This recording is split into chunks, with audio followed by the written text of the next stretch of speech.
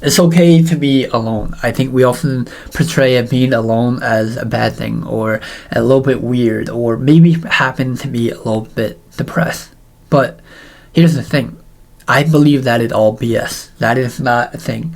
I think that when you are alone, when you can master the art of being alone, it's literally a martial art. It's literally a gift that many people cannot do by themselves because they fear it. They're afraid of it. As being alone and spending time in their thoughts is crazy and they can't imagine doing it. But here's the thing, right? People that don't spend time by themselves and often surround themselves about the people around them, you're never going to figure out who you truly are. You're never going to be the person that you want to be because you are becoming the person around you. You are becoming the people that you spend the most time with. And with that being said, you'll never be the person that you want to be. That's why I say master the art of being alone. Master the art of feeling okay with being your own company. Master the art of being good with just being with yourself. Knowing that you can spend 2-3 a week just with yourself. And you don't get bored, you don't get a little bit sad. And listen, don't get me wrong, it's okay to feel once in a while really lonely where you wish you had a friend to reach out. And if that's how you feel right now, I highly recommend reaching out to a friend, reaching out to a family member,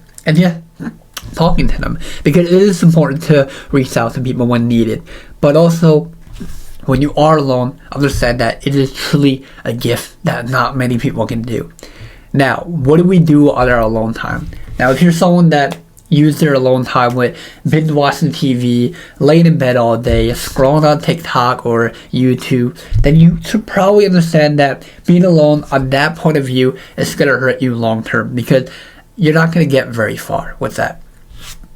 That's why you must use your alone time as personal growth. Use it as leverage toward what you want in life. And I know how scary because we have to figure out what we want in life and I'm so young, but know that you're not going to be alone forever.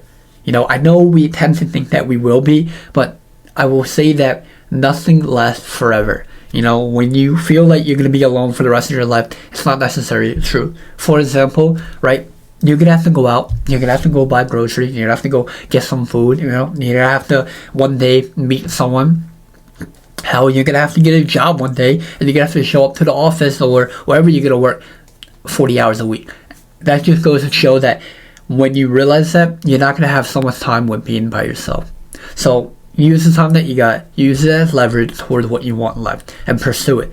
You know, a great example behind this is a guy named Van Gogh. He was an artist, he drew a lot, and he spent most of his time being alone. And when he drew, when he painted, mostly all his painting was all about him being lonely, him being all alone. But here's the thing, that he found a hobby. He found a passion towards what he loved. And he knew that he wanted to become an artist. But he knew that instead of just staring into space, being a little sad, being a little depressed of how lonely he is, he levitated that towards his artwork. He levitated that towards his painting. And my point of view of all this is that you should do the same thing towards what you want in life, towards your passion, towards your interest, towards your skill set, and levitating that to that. Because now is the time to do it. Now is the greatest time to do it. Because being alone not only helps you become who you want to be, figure out who you are, but the most creative people are people that spend the most time alone. Because this is the time where they can sit with their own thoughts and process as much as they can. And I will say it's very hard to just sit in your thoughts. It's a very scary thing, I will say, because from someone that's a huge overthinker like me, I tend to overthink a lot of things, and sitting in your own thought can drain you mentally. But also, if you know how to use it as superpower, use it as leverage towards an idea, towards a creative idea.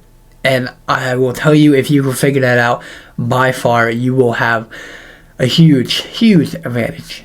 Like, by no means.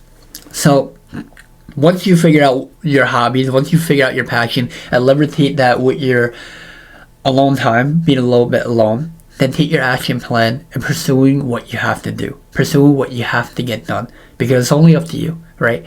I say it's only up to you because when you spend more time alone, you understand that nobody's coming to save you. It's all up to you. And the only person that truly matters, that must believe in yourself, is you. It doesn't matter anyone around you, you know? But yeah, I mean, it's okay to be alone. I think it's a gift. I think it's an art. So just embrace it, you know. But that's gonna be it for today. I'm gonna clock out. I will probably see you guys tomorrow. And yeah.